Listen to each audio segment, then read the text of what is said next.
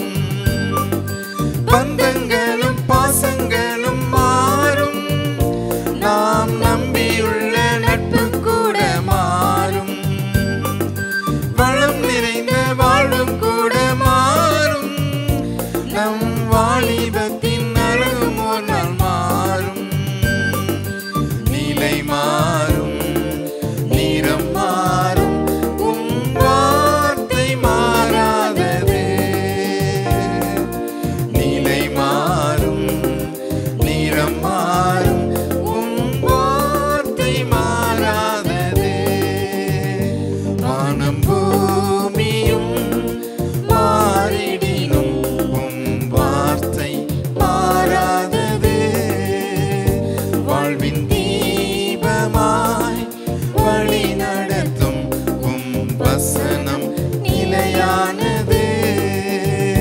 வானம் பூமியும் மாறிடினும் வார்த்தை மாறாதது.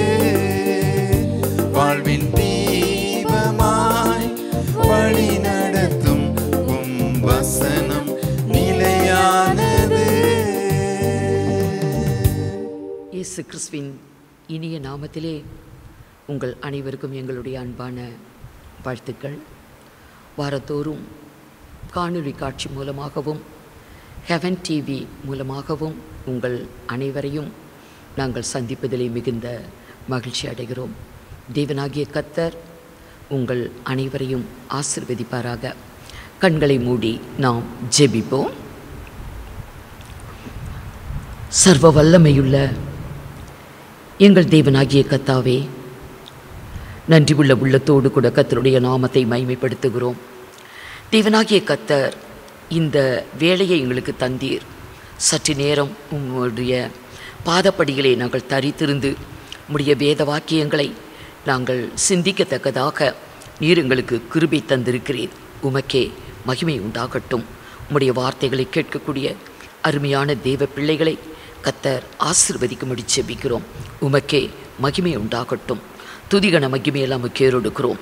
இயேசு கிறிஸ்துவின் மூலமாய் வேண்டிக் கொள்கிறோம் பரிசுத்த பிதாவே, ஆமென்.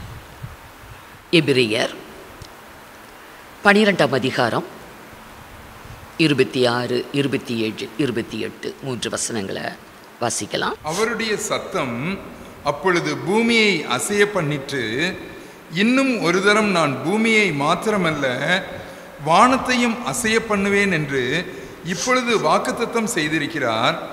இன்னும் ஒரு தரம் என்கிற சொல்லானது அசையாதவைகள் நிலைத்திருக்கத்தக்கதாக அசைவுள்ளவைகள் உண்டாக்கப்பட்டவைகள் போல் மாறிப்போம் என்பதை குறிக்கிறது.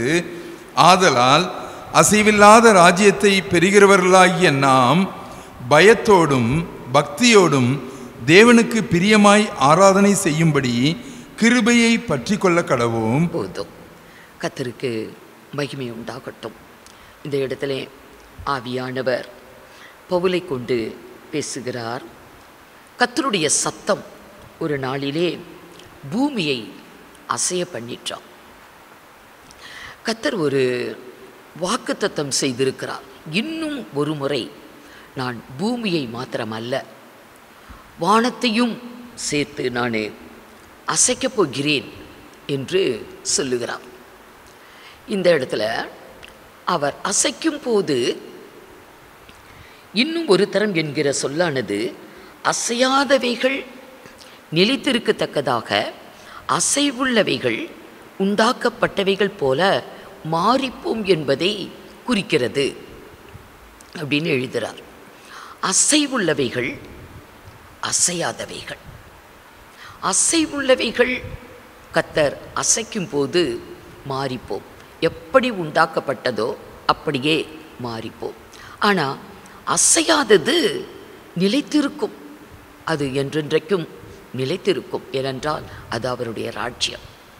ஆகவே அடுத்த வசனத்தில் ஆதலால் அசைவில்லாத ராஜ்யத்தை பெறுகிறவர்களாகிய நாம் பயத்தோடும் பக்தியோடும் தேவனுக்கு பிரியமாய் ஆராதனை செய்யும்படி கிருபையை பற்றி கொள்ள கடவோம் என்று சொல்லப்பட்டிருக்கிறது. அசைகிறவைகள் அசையாதவைகள். நாம் இன்றைக்கு கண்களிலே பார்க்கக்கூடிய அனைத்துமே அசையக்கூடியது தான். ஒரு நாளிலே அனைத்தும் அழியதான் போகுது. ஆனால் அசையாதவைகள் அது தேவனுடைய ராஜ்யம், கர்த்தருடைய ராஜ்யம். அசையாத ராஜ்யத்தை நாம் பெறப்போகிறோம். ஆகவே நாம் இந்த உலகத்தில் அசையும் உலகத்தில் வாழ்ந்து கொண்டிருக்கிற நாம் வாழ்க்கையில் அசையக்கூடாது. நம்மை அசைத்து பார்ப்பதற்கு பல உபத்திரவங்கள், துன்பங்கள், சோதனைகள், வேதனைகள் வாழ்க்கையில் வரும். ஆனால் அசையவே கூடாது. அதற்கு கர்த்தர் நமக்கு பலன் கொடுக்கிறார்.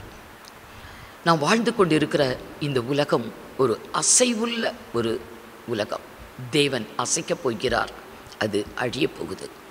வானம், வானத்தின் சத்துவங்கள், பூமி, பூமியிலே இருக்கிற சகல சிருஷ்டிப்புகள், சமுத்திரம் எல்லாமே ஒரு நாளைக்கு இல்லாமல் போகும் என வேதம் அப்படி சொல்லுகிறது. வெளிப்படுத்தல் 21:1 பின்பு நான் புதிய வானத்தையும் புதிய பூமியையும் கண்டேன். முந்தின வானமும் முந்தின பூமியும் ஒளிந்து போயிற்று. சமுத்திரமும் இல்லாமற் போயிற்று. ஒண்ணுமே இருக்காது. ஏனென்றால் தேவன் ஒரு முறை பூமியை அசைத்தார், இன்னும் ஒரு முறை பூமியையும் வானத்தையும் அசைப்பேன் என்று வாக்கு பண்ணியிருக்கிறார். அது ஆகாய் தீர்க்கதரிசி மூலம் உரைக்கப்பட்ட ஒரு தீர்க்க தரிசனம். ஆகாய் 2ஆம் அதிகாரம் 6-7 வசனங்களில் இந்த வாக்குத்தத்த வசனம் சொல்லப்பட்டிருக்கும். வானத்தையும் பூமியும் அழிப்பேன் என்று. அதே ஆகாய் 2ஆம் அதிகாரம் 21-22 எல்லாம் அழியும், ஜனங்களையும் அசைப்பேன். வானம் அசையும், பூமி அசையும், எல்லாமே அசையும், ஜனங்கள் அசைக்கப்படுவார்கள், ராஜாக்களின் சிங்காசனம் கவிழ்க்கப்படும் என்று சொல்லப்பட்டிருக்கிறது. ஆகவே வானம் அழியும் போது வானத்தின் சத்துவங்கள், சூரியன், சந்திரன், நட்சத்திரங்கள் எல்லாமே அழியும். பூமி அழியும் போது பூமியிலே நாம் பார்க்கக்கூடிய எல்லா சிருஷ்டிப்புகளும் அனைத்துமே அழிந்து போகும். வெளிப்படுத்தல் 6ஆம் அதிகாரம் 13-14 வசனங்களை வாசிங்க. 13-14. அத்திமரமானது பெரும் காற்றினால் அசைக்கப்படும் போது அதன் காய்கள் உதிர்கிறது போல வானத்தின் நட்சத்திரங்கள் பூமியிலே விழுந்தது. வானத்தை அசைப்பார், வானத்தின் நட்சத்திரங்கள் எல்லாம் அத்திக்காய்கள் உதிர்கிறது போல, ஒரு பெரும் காற்றிலே அத்திக்காய்கள் உதிர்கிறது போல நட்சத்திரங்கள் உதிரும். வானமும் சுருட்டப்பட்ட புஸ்தகம் போலாகி விலகி போயிற்று. வானம் எவ்வளோ பெரிய வானம், எங்கே போய் பார்த்தாலும், அண்ணாந்து பார்த்தா எந்த நாட்டில் போய் பார்த்தாலும் வானம் தெரியும். இவ்வளோ பெரிய வானத்தை தேவன் அப்படியே ஒரு புஸ்தக சுருளை போல சுருட்டி அது அப்படியே காணப்படாமல் போகும், விலகி போகும். மலைகள் தீவுகள் யாவும் தங்கள் இடங்களை விட்டு அகன்று போயின. எல்லாம் அகன்று போகும், ஒண்ணுமே இருக்காது.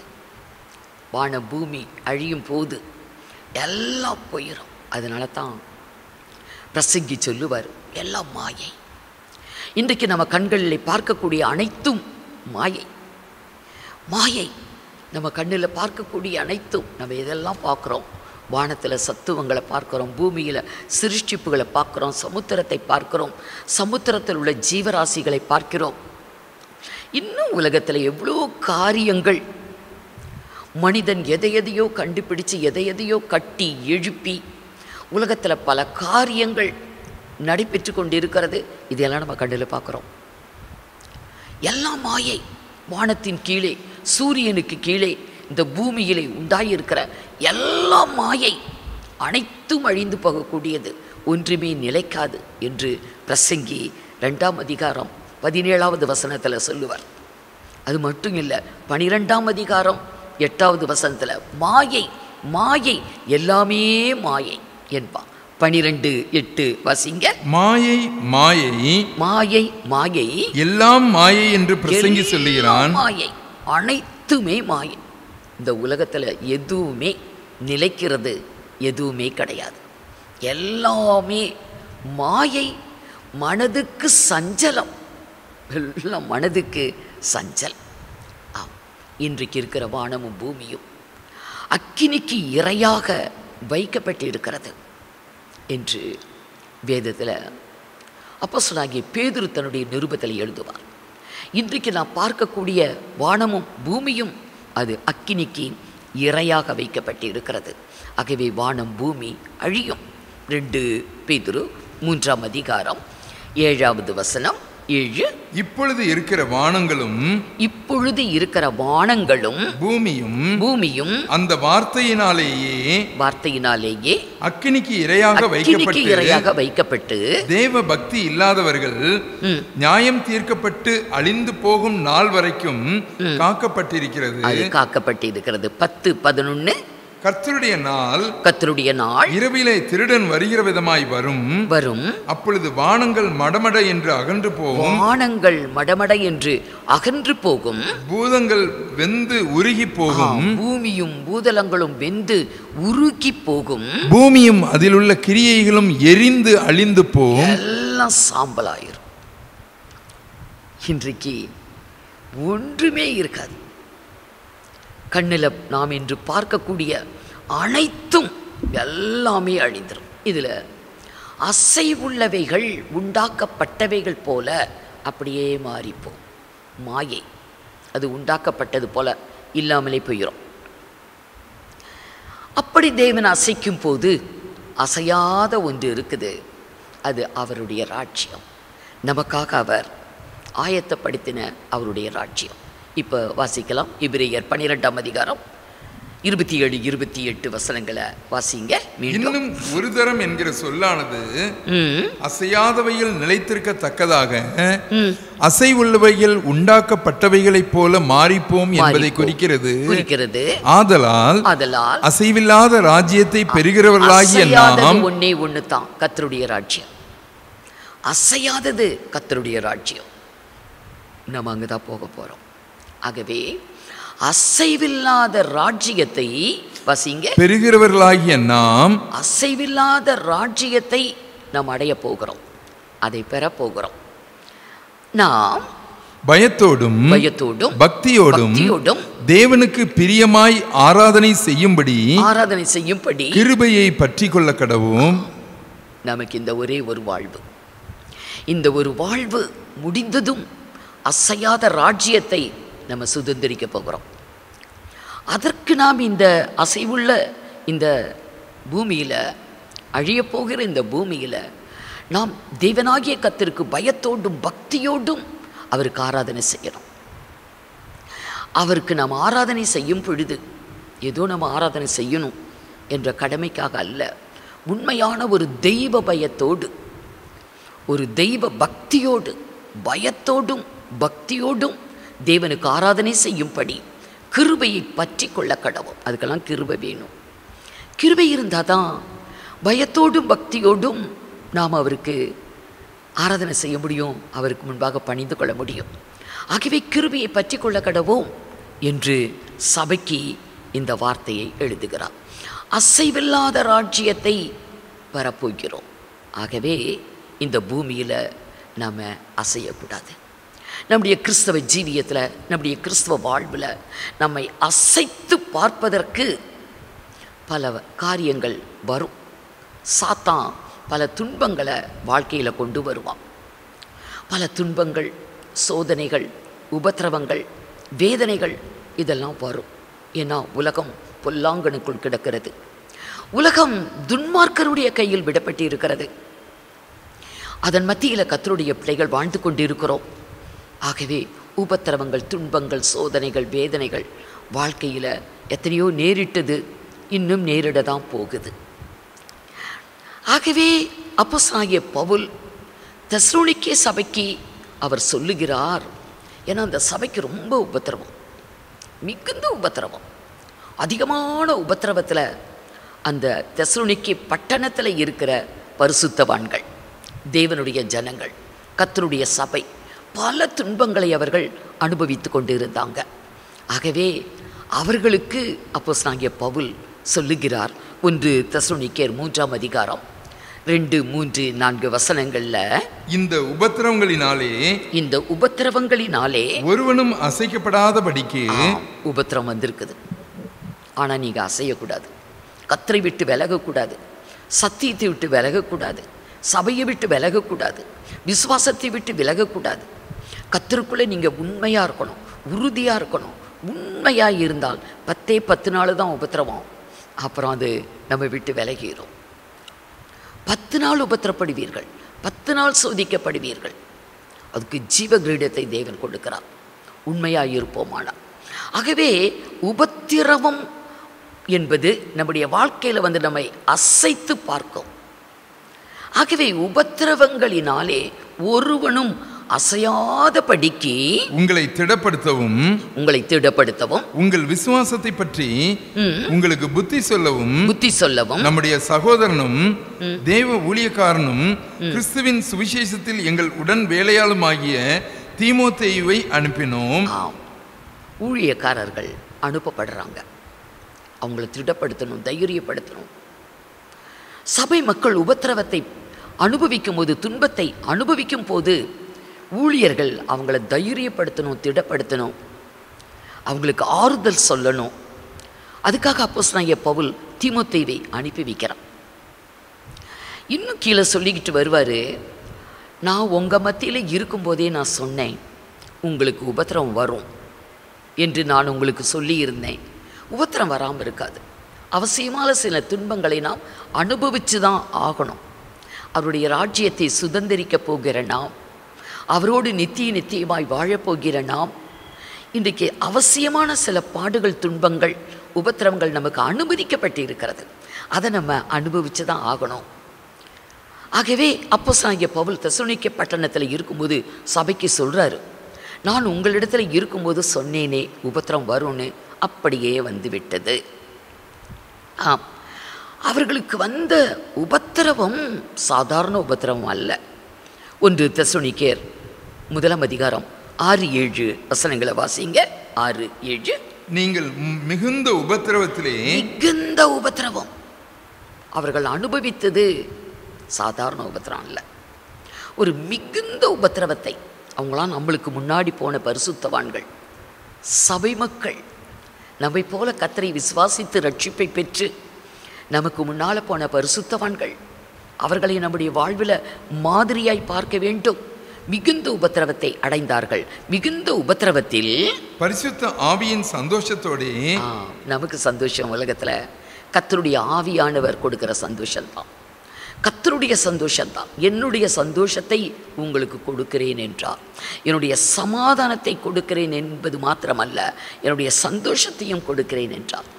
கர்த்தரால் நமக்கு ஒரு சந்தோஷம், பரிசுத்த ஆவியினால் கிடைக்கக்கூடிய ஒரு சந்தோஷம், அதுதான் உண்மையான சந்தோஷம். ஆகவே இங்கே தெசலோனிக்கே பட்டணத்தில் தேவனுடைய ஜனங்கள் மிகுந்த உபத்திரவத்தை அனுபவிக்கும் போது பரிசுத்த ஆவியின் சந்தோஷத்தோடே திருவசனத்தை ஏற்றுக்கொண்டு கர்த்தருடைய வார்த்தைகளை ரொம்ப கவனமாக கேட்டு அதை ஏற்றுக்கொள்கிறாங்க, நம்புகிறாங்க. கர்த்தர் பலப்படுத்துகிறவர், விடுவிக்கிறவர், ஜெயம் கொடுக்கிறவர், உபத்திரவத்திலே நமக்கு உதவி செய்கிறவர். அவர் உபத்திரப்பட்டபடியினால் உபத்திரப்படுகிறவர்களுக்கு அவர் உதவி செய்ய வல்லவர் என்று வேதம் சொல்லுகிறது. அவர் உதவி செய்கிறவர்.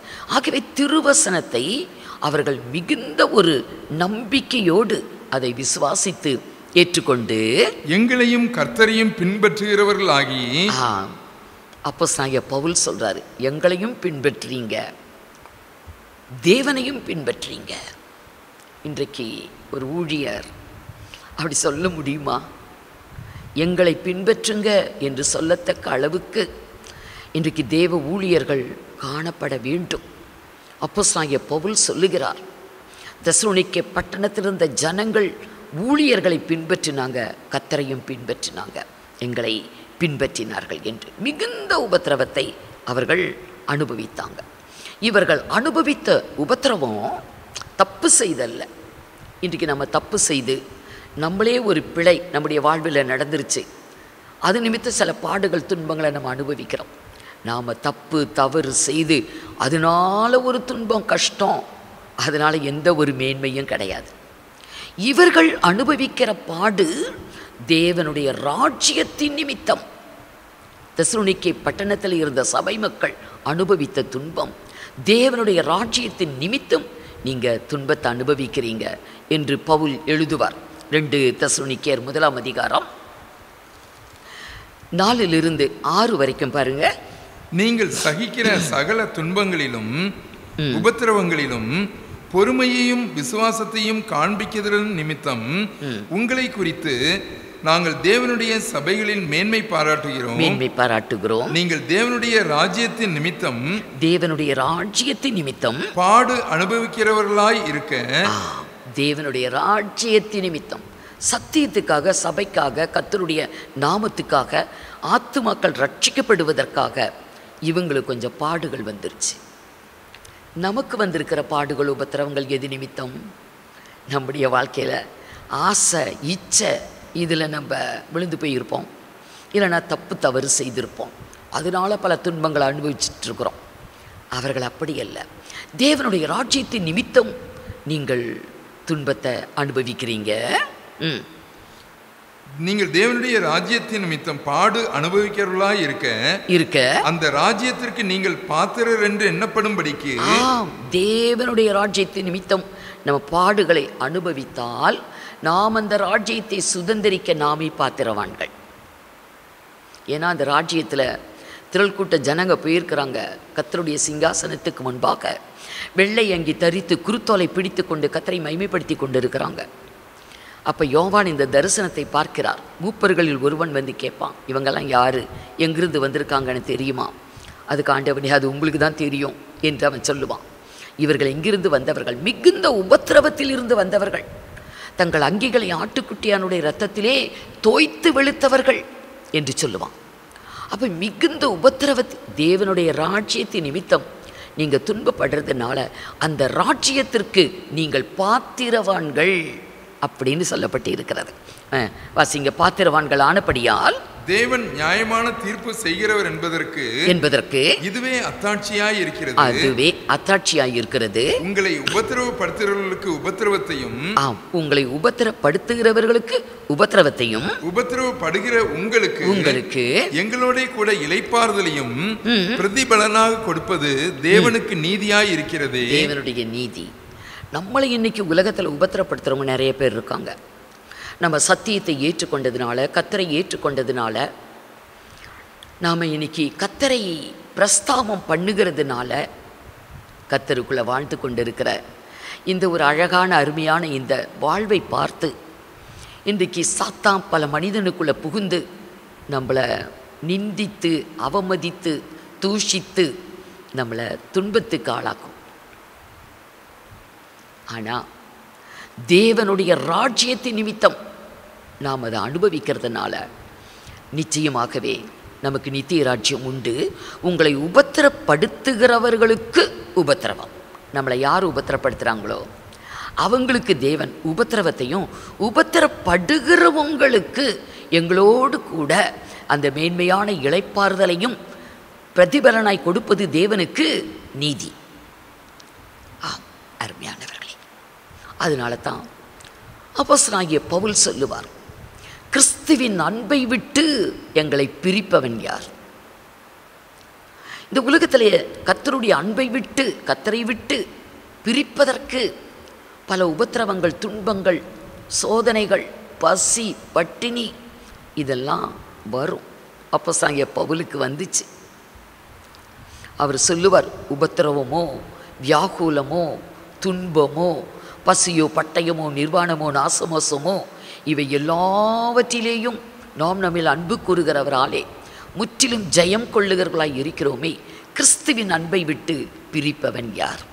எதுவும் பிரிக்க போறதில்லை என்று உபத்திரவத்தில், துன்பத்தில், வியாகுலத்தில் உறுதியாய் இருந்தவர் அப்போஸ்தலனாகிய பவுல். ஆகவே மற்றவங்களுக்கு ஆறுதல் சொல்ல அவர் பாத்திரவானாய் இருக்கிறார். ரோமருக்கு எழுதின நிருபம் 8ஆம் அதிகாரம் 36, 37 வசனங்கள். கிறிஸ்துவின் அன்பை விட்டு நம்மை பிரிப்பவன் யார்?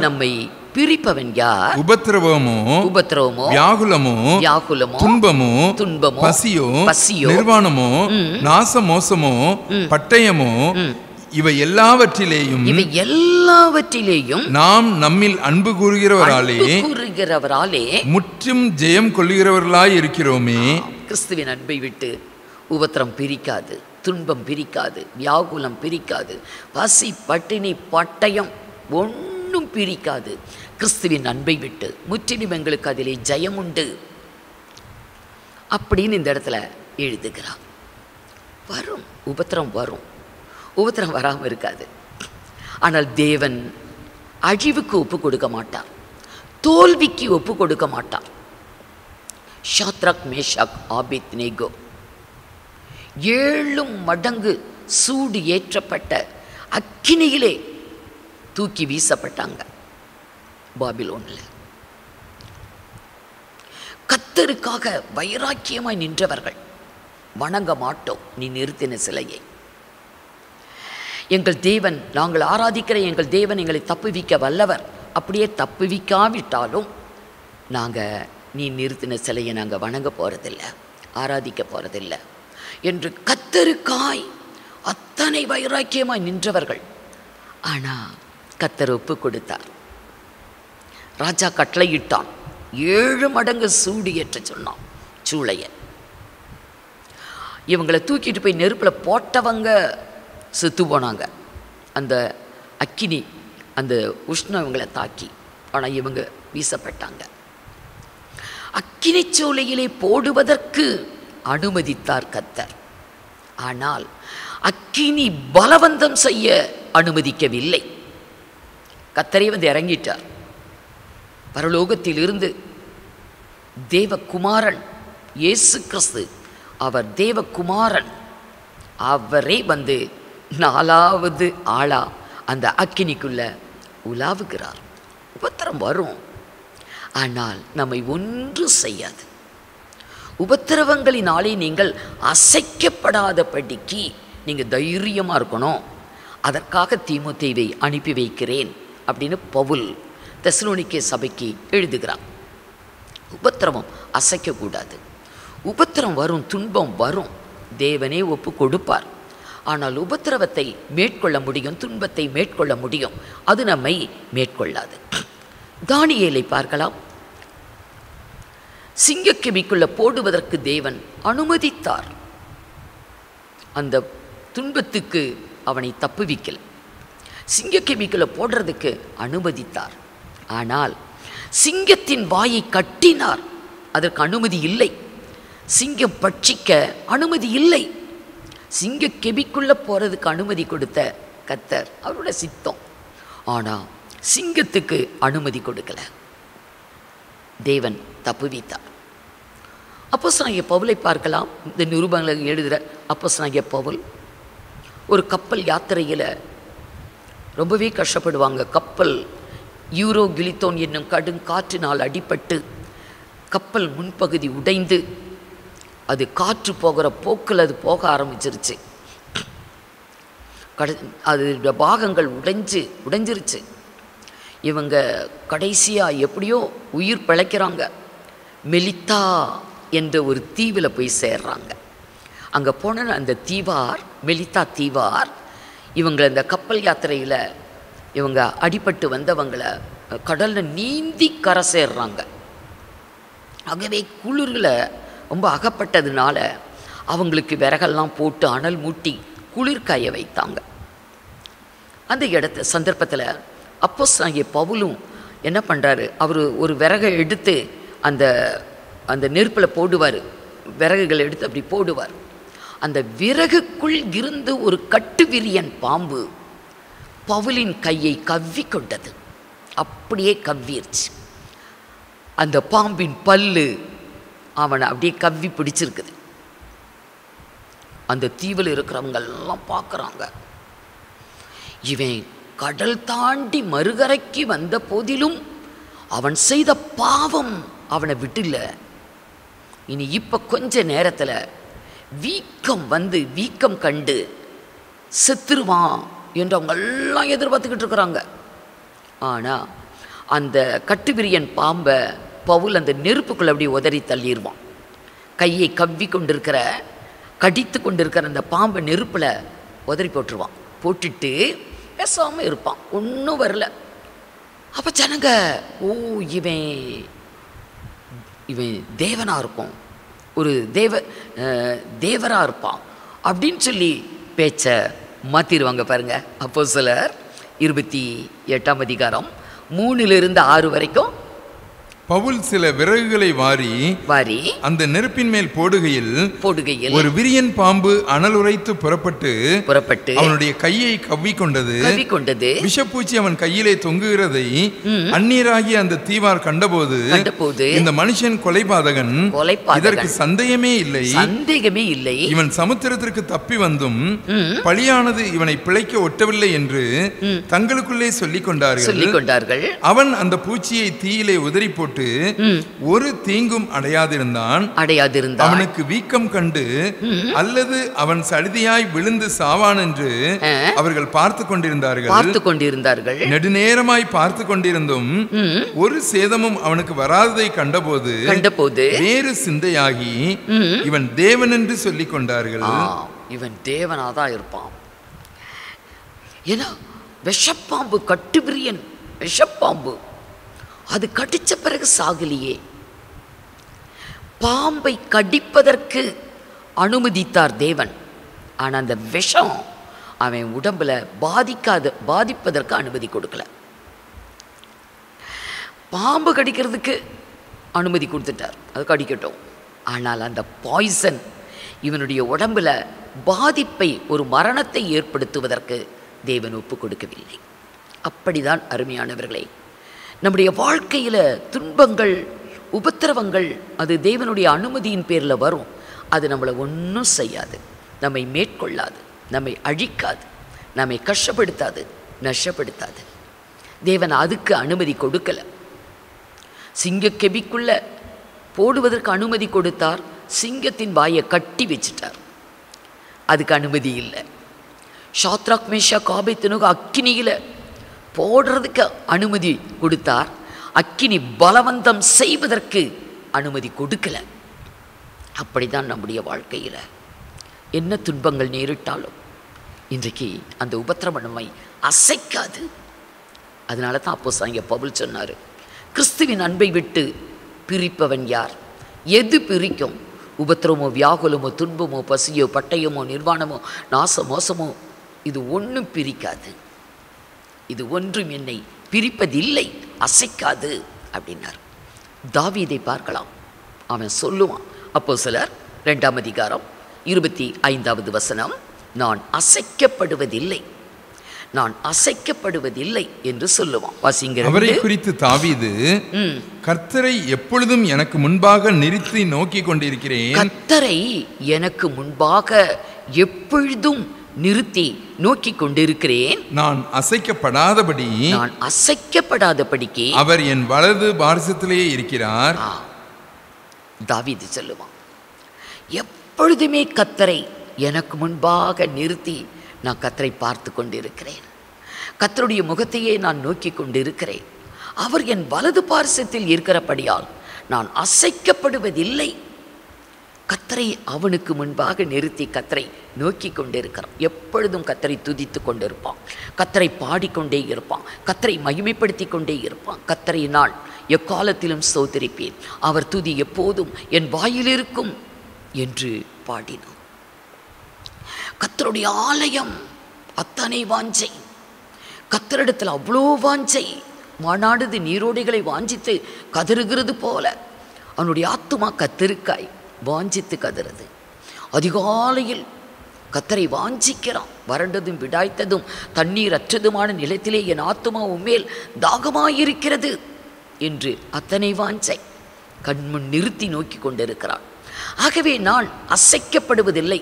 உபத்திரவம் அசைக்காது, துன்பம் அசைக்காது, இந்த உலகத்தில் எந்த ஒரு காரியமும் என்னை அசைக்காது. ஏனென்றால் கர்த்தர் என் வலது பார்சத்தில் இருக்கிறபடியால் நான் அசைக்கப்படுவதில்லை என்றான். சங்கீதம் 16:8, 16:8. கர்த்தரை எப்பொழுதும் எனக்கு முன்பாக வைத்திருக்கிறேன், கர்த்தரை நான் எப்பொழுதும் எனக்கு முன்பாக வைத்திருக்கிறேன். அவர் என் வலது பார்சத்தில் இருக்கிறபடியால், அவர் என் வலது பார்சத்தில் இருக்கிறபடியால் நான் அசைக்கப்படுவதில்லை, அசைக்கப்படுவதில்லை. அவன் சொல்லுவான், ஒரு காலம் நான் அசைக்கப்படுவதில்லை. சங்கீதம் 30:6 நான் ஒரு காலம் அசைக்கப்படுவதில்லை என்று சொல்லுவான். அவனுக்கு விரோதமா எத்தனை யுத்தங்கள், எவ்வளவு யுத்தங்கள், இன்றும் இஸ்ரேல் தேசத்துக்கு எதிராய் சுற்றிலும் இருக்கிற அவ்வளவு பேரும் பகைஞர்கள் தான். அன்றைக்கும் அப்படிதான். தாவீது காலத்திலையும் அவனுடைய தலைமயிரை காட்டிலும் பகைக்கிறவங்க அநேகம் பேர் முகாந்திரம் இல்லாமல் பகைப்பாங்களாம். யுத்தம் யுத்தம் யுத்தம் என்று அவன் காலமெல்லாம் யுத்தங்கள் அத்தனை. ஆனால் அவன் சொல்லுறான், நான் ஒரு காலம் அசைக்கப்படுவதில்லை. 30:6 வாசிங்க சங்கீதம். நான் ஒரு காலம் அசைக்கப்படுவதில்லை என்று என் வாழ்விலே சொன்னேன். ஒரு காலம் அப்படியே அவன் அசைக்கப்படவில்லை. அவன் வாழ்விலே வெற்றி பெற்றான், ஜெயம் பெற்றான். ஏனென்றால் கர்த்தர் அவனுடைய வலது பார்சத்தில் இருக்கிறார். ஆம் அருமையானவர்களே, தேவனாகிய கர்த்தர் நம்முடைய வலது பக்கத்தில் இருக்கிறார். நம்முடைய வலது பக்கத்திலே அவர் நமக்கு நிழலாய் இருக்கிறார். ஆகவே பகலிலே வெயிலாகிலும் இரவிலே நிலவாகிலும் நம்மை சேதப்படுத்தாது, எந்த தீங்கும் நம்மை அணுகாது. கர்த்தர் நம்முடைய வலது பக்கத்தில் இருக்கிறபடியால் நம்மை எதுவுமே அசைக்க முடியாது. வரும், வந்துட்டு போயிடும்.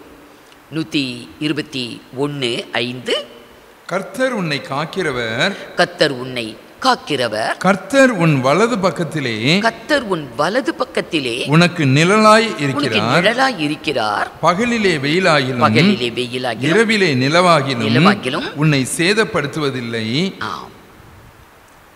உன்னை எந்த சேதமும் உனக்கு வராது, உனக்கு எந்த சேதமும் வராது. கர்த்தர் நம்முடைய வலது பக்கத்தில் இருக்கிறார். கர்த்தர் நம்முடைய வலது பக்கத்தில் இருப்பாரானால் அவர் நமக்கு நிழல். அடிக்கிற எந்த வெயில், துன்பம் என்ற வெயிலா, உபத்திரம் என்ற வெயிலா, எந்த வெயிலாக இருந்தாலும் அது நம்மை பாதுகாக்கும் கர்த்தருடைய நிழல். ஆகவே கர்த்தர் நம்முடைய வலது பக்கத்தில் இருக்கணும். ஆனால் சில வேளைகளில் கர்த்தர் வலது பக்கத்தில் இருக்கணும், சாத்தான் இருந்துருவான். சாத்தான் எப்போ வலது பக்கத்தில் வருவான்? சாத்தான் சகரியாவில் இருக்கும்னு நினைக்கிறேன். அதில் பார்க்கும்போது யோசுவா என்று சொல்லக்கூடிய ஒரு ஆசாரியன், அவன் கர்த்தருடைய சமூகத்தில் வந்து நிற்கிறான். அவனுடைய வஸ்திரம் அழுக்கா இருக்குது. சாத்தான் அவனுக்கு பொல்லாப்பு செய்வதற்காக அவனுடைய வலது பக்கத்தில் வந்து நிற்கிறான். அவனுடைய வலது பக்கத்திலே வந்து நிற்கிறான். சகரியா 3ஆம் அதிகாரம் முதல் 2 வசனம். அவர் பிரதான ஆசாரியனாகிய யோசுவாவை எனக்கு காண்பித்தார். யோசுவாவை எனக்கு காண்பித்தார். அவன் கர்த்தருடைய தூதனுக்கு முன்பாக நின்றான். கர்த்தருடைய தூதனுக்கு முன்பாக நின்றான். சாத்தான் அவனுக்கு விரோதம் செய்ய, சாத்தான் அவனுக்கு விரோதம் செய்ய அவன் வலது பக்கத்திலே நின்றான். ஒரு ஆசாரியன், தேவ ஊழியக்காரன்.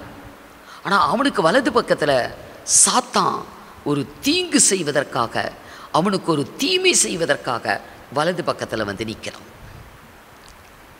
நம்முடைய வலது பக்கத்திலே கர்த்தர் தான் இருக்கணும் என தாவீது சொல்லுகிறார். கர்த்தர் என் வலது பார்சத்தில் இருக்கிறபடியால் நான் அசைக்கப்படுவதில்லை, ஒரு காலும் நான் அசைக்கப்படுவதில்லை என்று சொல்லுகிறான். சாத்தான் வலது பக்கத்தில் இருந்தா கட்டாயம் அவன் தீமை செய்வான். அவன் விரோதம் செய்வதற்காக வலது பக்கத்தில் நிற்கிறான். அப்போ அவனை அசைச்சு பார்ப்பான். அசைஞ்சிட்டா தோல்விதான், அசையாமல் நின்றா ஜெயந்தான். ஆனால் இந்த இடத்துல சாத்தான் வந்து வலது பக்கத்தில் நிற்பதற்கு, ஒரு ஊழியக்காரனுடைய வலது பக்கத்தில் சாத்தான் நிற்பதற்கு அது என்ன காரணமா? 3வது வசனம் பாருங்க. யோசுவாவோ எனில் அழுக்கு வஸ்திரம் தரித்தவனாய் தூதனுக்கு முன்பாக நின்றிருந்தான். அவனுடைய வஸ்திரம் அழுக்கு, அவனுடைய வஸ்திரம் அழுக்கு. ஆகவே சாத்தானுக்கு அது கொஞ்சம் இடம். இன்றைக்கு கர்த்தருடைய பிள்ளைகளுடைய வஸ்திரம் அழுக்குப்பட்டா, வஸ்திரம் என்பது கிரியைகள் தான். மணவாட்டிக்கு வஸ்திரம் கொடுக்கப்பட்டது, பிரகாசமான மெல்லிய வெண்மையான கல்யாண வஸ்திரம் கொடுக்கப்பட்டது. அது பரிசுத்தவான்களுடைய நீதிகளே என்று சொல்லப்பட்டிருக்கும். பரிசுத்தவான்கள் செய்கிற நல்ல காரியங்கள் தான், நற்கிரிகள் தான் அந்த கல்யாண வஸ்திரம். அப்போ வஸ்திரம் என்பதே நம்ம செய்யக்கூடிய நற்கிரியைகள். இன்றைக்கு அவருடைய கிரியையில் என்னன்னு தெரியல, வஸ்திரம் அழுக்கு பெற்றுச்சு. அல்லாமலும் ஆசாரியர் ஜனங்களுக்காக தேவனுடைய சமூகத்திலே பலி செலுத்துகிறவன் பலிபீடத்தில் ஜனங்களுடைய பாவத்துக்காக அவன் பலிகளை செலுத்தும் போது அந்த இரத்தம் இவனுடைய அங்கில தான் படும். அப்படி அழுக்குப்பட்டதா? ஜனங்கள் நிமித்தம் அவனுடைய அங்கி அழுக்குப்பட்டு இருக்கலாம், இல்லை இவருடைய கிரியைகள் நிமித்தம் வஸ்திரம் அழுக்குப்பட்டு இருக்கலாம். ஆக மொத்தம் தூதனானவருக்கு முன்னாடி நிற்கும் பொழுது வஸ்திரம் அழுக்குப்பட்டு இருந்தது. ஆகவே சாத்தான் வலது பக்கத்தில் நின்றுட்டான். கர்த்தர் விலகிட்டாரு, சாத்தான் நிற்கிறான். பாவம் இருக்கும் இடத்துல கர்த்தர் இருக்க மாட்டார். இருளும் ஒளியும் ஒன்றா இருக்காது. ஒளி வந்தால் இருள் விலகும். இப்போ சாத்தான் நிற்கிறான் விரோதம் செய்வதற்காக. அப்படிதான் நம்முடைய வலது பக்கத்தில் சாத்தானுக்கு நம்ம இடம் கொடுத்துருவோம். தப்பு செய்து தவறுகள் செய்து ஏதாயிலும் குற்றங்கள் குறைகள் நம்ம வாழ்வில் காணப்படும் பொழுது வலது பக்கத்தில் சாத்தான் நிற்பான், அசைச்சு பார்ப்பான், நம்ம அசைஞ்சிருவோம். ஆனால் கர்த்தர் வலது பக்கத்தில் இருந்தால் உபத்திரவம் அசைக்க முடியாது, துன்பம் அசைக்க முடியாது. எது வந்தாலும் சரி வாழ்வில் அசையவே முடியாது. இங்கே தாவீது சொன்னான், நான் ஒரு காலும் நான் அசைக்கப்படுவதில்லை, நான் ஒரு காலும் நான் அசைக்கப்பட மாட்டேன். ஆம் அருமையானவர்களே, தேவனாகிய கர்த்தர் மனிதனுடைய ரட்சிப்பிற்காக அவரே மனு உருவெடுத்து இந்த பூமிக்கு வந்தார். அவர் வந்து நமக்காகப்பட்ட பாடுகள், துன்பங்கள், சோதனைகள் அனைத்துமே அது ஒரு அசைவு. நாம் அசைஞ்சிருவோம் அப்படின்னு தான் நம்முடைய அசைவை அவர் சுமந்தார். எப்படி என்றால், பழைய ஏற்பாட்டின் காலத்தில் நடக்கிற எந்த ஒரு சம்பவமாக இருந்தாலும் அது அனைத்துமே வருங்காலத்துக்கு நிழலாட்டம் என்றும் அது கிறிஸ்துவை பற்றினது, அதன் பொருள் கிறிஸ்து அப்படின்னு சொல்லப்பட்டிருக்கிறது புதிய ஏற்பாட்டில். அது ஓய்வு நாளாக இருந்தாலும் சரி, பண்டிகை நாட்களாக இருந்தாலும் சரி, மாத பிறப்பாக இருந்தாலும் சரி, அது எந்த ஒரு காரியம், போஜனத்தை குறித்தாவது, பானத்தை குறித்தாவது, பண்டிகை நாட்களை குறித்தாவது, ஓய்வு நாட்களை குறித்தாவது, மாத பிறப்பை குறித்தாவது ஒருவனும் உங்களை குற்றப்படுத்தாதிருப்பானாக.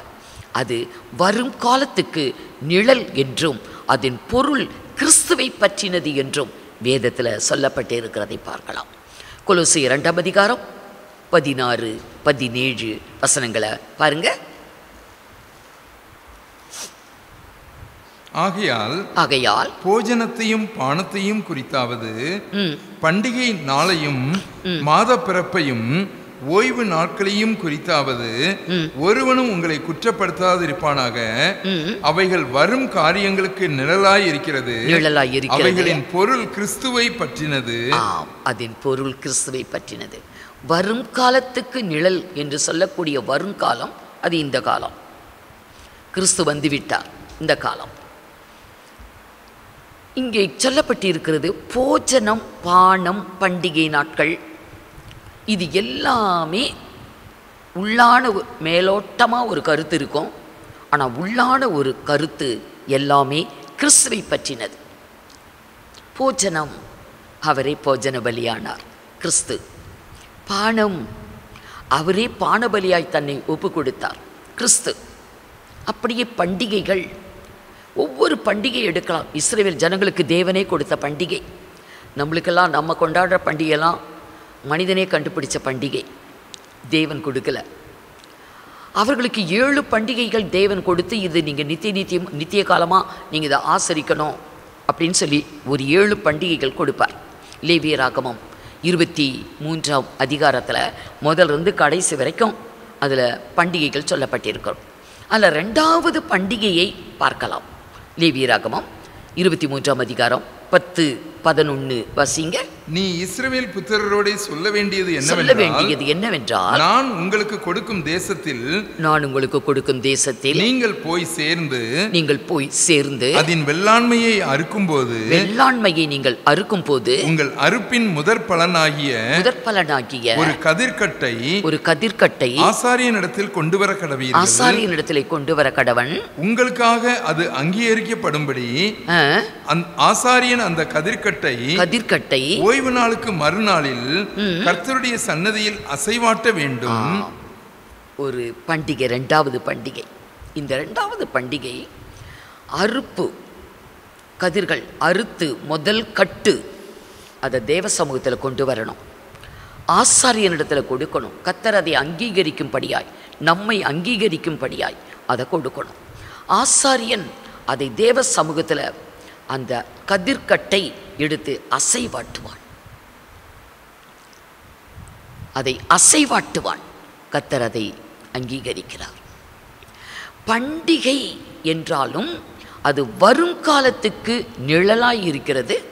அது பொருள் கிறிஸ்துவை பற்றினது என்று ஆவியானவர் சொல்லுகிறார் பவுலை கொண்டு.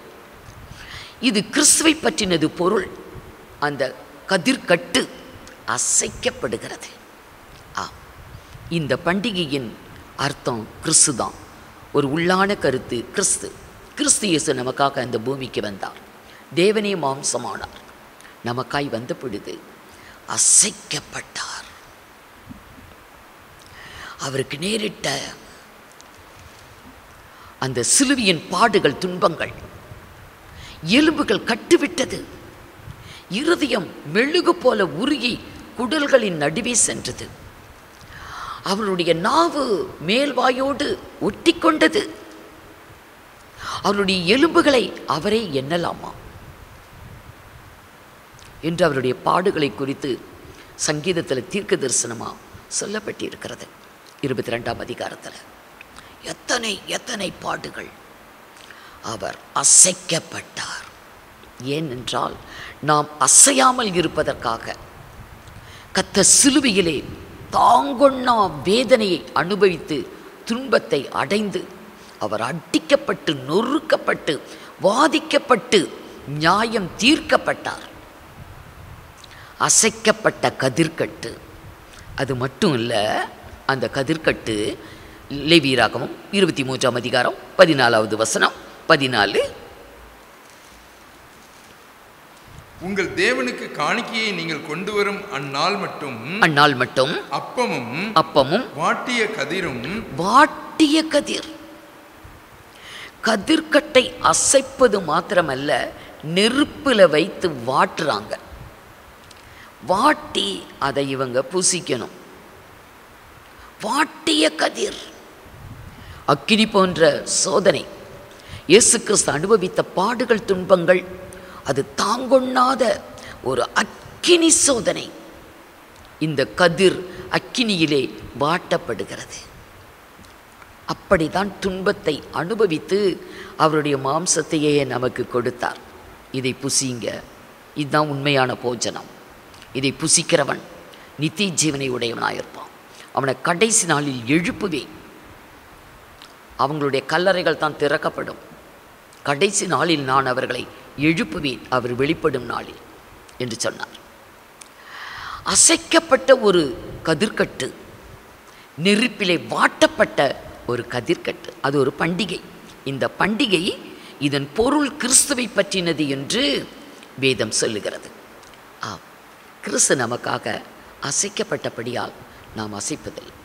நம்முடைய பாவங்களை அவர் ஏற்றுக்கொண்டு, நம்முடைய சாபங்களை அவர் ஏற்றுக்கொண்டு, இன்னைக்கு நம்மை சோதிக்கிற பிசாசை சிலுவையிலே சேர்த்து அறைந்து, நமக்கு எதிராக இருந்த சட்டத்திட்டங்களாகிய 10 கற்பனையை சிலுவையில் அறைந்து எல்லாவற்றிலும் விடுதலை வாங்கி கொடுத்தார்.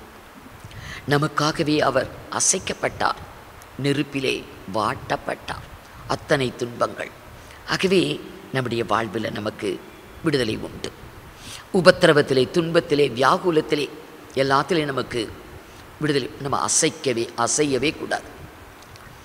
அதனால தான் வேதம் சொல்லுகிறது, காணாதவைகளை நோக்கியிருக்கிற உங்களுக்கு அதி சீக்கிரத்தில் நீங்கும் இந்த லேசான உபத்திரவம், அதற்கு நித்திய கன மகிமை உங்களுக்கு கொடுக்கப்படும் என்று வேதம் சொல்லுகிறது. காணாததை நோக்கி இருக்கிற நாம் இன்றைக்கு பரலோகத்தை பார்த்ததில்லை, நம்முடைய தேவனாகிய கர்த்தரை பார்த்ததில்லை. காணாததை பார்த்துக்கிட்டு இருக்கிறோம். காணாததை நோக்கி இருக்கிற நமக்கு சீக்கிரத்தில் நீங்கிறோம் இந்த லேசான உபத்திரவங்கள், துன்பங்கள்.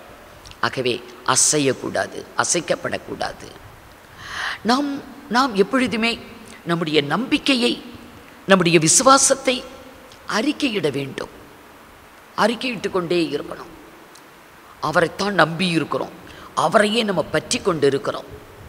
ஆகவே நம்முடைய நம்பிக்கையை அறிக்கையிடுகிறதில் அசைவில்லாமல் இருக்க கடவோம். வாக்குத்தத்தம் செய்தவர் உண்மையுள்ளவராய் இருக்கிறார். எபிரேயர் 10ஆம் அதிகாரம் 23வது வசனம், 23. அல்லாமலும் நம்முடைய நம்பிக்கையை அறிக்கை இடுகிறதில் அசைவில்லாமல் உறுதியாய் இருக்க கடவும். நம்ம உறுதியா இருக்கணும், அசையவே கூடாது. நாம் நம்பி இருக்கிறவர், வாக்குத்தத்தம் செய்தவர், வாக்குத்தத்தத்தை நிறைவேற்றியே தீருவார். ஆகவே நம்முடைய நம்பிக்கையை அவர்கிட்ட சொல்லிகிட்டே இருக்கணும். அவர் செய்த வாக்குத்தத்தத்தை நம்ம சொல்லி சொல்லி தேவனை மகிமைப்படுத்தணும். உங்கள் நம்பிக்கையை அறிக்கை இடுகிறதில் அசைவில்லாமல் இருக்க கடவோம். வாக்குத்தத்தம் செய்தவர் உண்மையுள்ளவர், அதை நிறைவேற்ற வல்லவர். ஆம் அருமையானவர்களே, தேவனாகிய கர்த்தர் நமக்காக இந்த பூமியில் வந்து அவர் செய்த காரியங்கள், நமக்காக ஜீவனை கொடுத்து ரத்தம் சிந்தி மீட்பை உண்டு பண்ணி வைத்திருக்கிறார். நமக்காக அவர் அசைக்கப்பட்டார். நாம் அசைக்கப்படுவதில்லை. அவர் நம்முடைய வலது பார்சத்தில் இருக்கிறார். தாவீது சொல்லுகிறான், அவர் என் வலது பார்சத்தில் இருக்கிறபடியால் நான் ஒரு காலும் அசைக்கப்படுவதில்லை. அப்படிதான் அசைவில்லாத ராஜ்யத்தை நாம் அடைய போகிறோம். மத்திய ஆகாயத்திலே கர்த்தர் வெளிப்பட போகிறார்.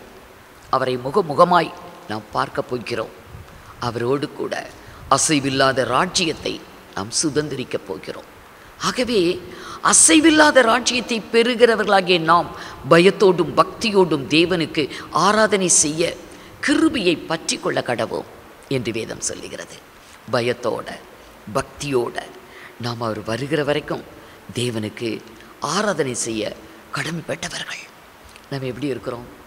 துன்பங்கள் உபத்திரவங்கள் வரும் பொழுது அசைஞ்சிட்றோமா? கர்த்தருடைய அன்பை விட்டு விலகிடுறோமா? சத்தியத்தை விட்டு விலகிடுறோமா? ஜெபிக்காமல், வேதம் வாசிக்காமல், ஆராதனைக்கு போகாமல், ஆலயத்துக்கு போகாமல் அப்படியெல்லாம் நாம் இன்னைக்கு அசைஞ்சு விடுகிறோமா? அசையாதீங்க.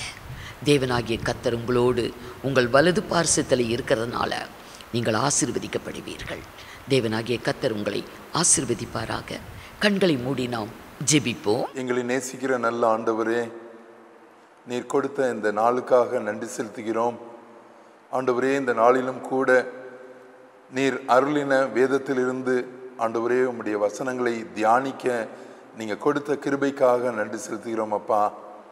ஆண்டவரே, இந்த வசனங்களிலே நாங்கள் இன்று கற்றுக்கொண்டபடி காணப்படுகிறவைகளை அல்ல, காணப்படாதவைகளை நோக்கி இருக்கிற எங்களுக்கு வருகின்ற இந்த லேசான உபத்திரவம் மிகவும் அதிகமான நித்திய கன மகிமையை எங்களுக்கு உண்டாக்குகிறது என்று பார்த்தோம் கர்த்தாவே.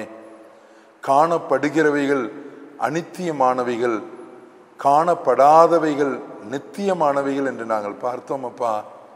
ஆண்டவரே, உமக்காக காத்திருக்கிற எங்களுக்கு நீர் உண்டு பண்ணி வைத்திருக்கிறவைகளை கண் காணவும் இல்லை, செவி கேட்கவும் இல்லை என்று நாங்கள் பார்த்தோம் அப்பா. ஆண்டவரே, உம்மிடத்தில் அன்பு கூறுகிறவர்களுக்கு, உமக்காக காத்திருக்கிறவர்களுக்கு நீர் எப்படிப்பட்ட ஒரு மகிமையை நீர் வைத்திருக்கிறீர் என்பதை நாங்கள் இன்று கற்றுக்கொண்டோம் அப்பா. ஆண்டவரே, இப்படிப்பட்ட மகிமையை நீர் எங்களுக்கு வைத்திருக்கும் பொழுது நாங்கள் எப்படிப்பட்டவர்களாக இருக்க வேண்டும் என்பதை நாங்கள் இன்று கற்றுக்கொண்டோம் அப்பா. எங்களுக்காக நீர் கொடுத்திருக்கிற வைத்திருக்கிற இந்த நிச்சயத்திற்காக உமக்கு நன்றி செலுத்துகிறோம் ஆண்டவரே. அதற்கு நாங்கள் தகுதி உள்ளவர்களாக நாங்கள் இருக்க எங்கள் ஒவ்வொருவருக்கும் கிருபை செய்யணுமாறு ஜெபிக்கிறோம் அப்பா. ஆண்டவரே, காணப்படாதவைகளை குறித்து ஆண்டவரே நாங்கள் நிச்சயம் உள்ளவர்களாக இருக்க ஆண்டவரே நீர் எங்களுக்கு கிருபை செய்யணுமாறு ஜெபிக்கிறோம் ஆண்டவரே. நாங்கள் வேதத்திலே அநேக பரிசுத்தவான்களை பார்த்தோம் அப்பா. ஆபிரகாம், ஈசாக்கு, யாக்கோபு அவர்கள் எப்படிப்பட்ட செல்வ செழிப்புள்ள சீமானாய் இருந்தபோதும் கர்த்தாவே அந்த பரம தேசத்தையே அவர்கள் நோக்கி காத்திருந்து கூடாரங்களிலே வாழ்ந்தார்கள் என்று நாங்கள் பார்த்தோம் அப்பா.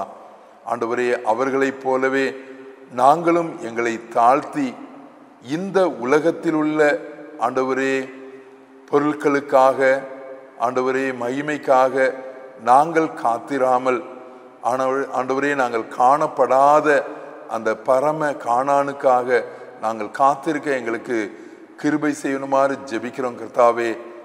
அந்த பரலோக பாக்கியத்திற்காக நாங்கள் ஒவ்வொருவரும் எங்களை தகுதிப்படுத்தி கொள்ள எங்கள் ஒவ்வொருவருக்கும் கிருபை செய்யணுமாறு ஜெபிக்கிறோம் கர்த்தாவே. பூமியிலே எங்களுக்கு கொடுக்கப்பட்டிருக்கிற ஒரே ஒரு வாழ்க்கை ஆண்டவரே, நாங்கள் வாசித்தபடி விசுவாசமானது நம்பப்படுகிறவைகளின் உறுதியும் காணப்படாதவைகளின் நிச்சயமுமாய் இருக்கிறது என்று பார்த்தோம் கர்த்தாவே. இது தேவனால் கூடாததல்ல, தேவனால் எல்லாம் கூடும் என்று நாங்கள் பார்த்தோம் அப்பா. ஆண்டவரே, ஒருவேளை மற்றவர்களுக்கு அது ஒருவேளை காணக்கூடாதவையில் காணப்படுகிறவைகளாய் காணப்படலாம் கர்த்தாவே. ஆண்டவரே, நாங்கள் அந்த காணப்படாதிருக்கிற ஆண்டவரே அந்த பரலோக ராஜ்யத்தை நாங்கள் சுதந்திரித்து கொள்ள எங்கள் ஒவ்வொருவருக்கும் கிருபை செய்யணுமாறு ஜெபிக்கிறோம் கர்த்தாவே.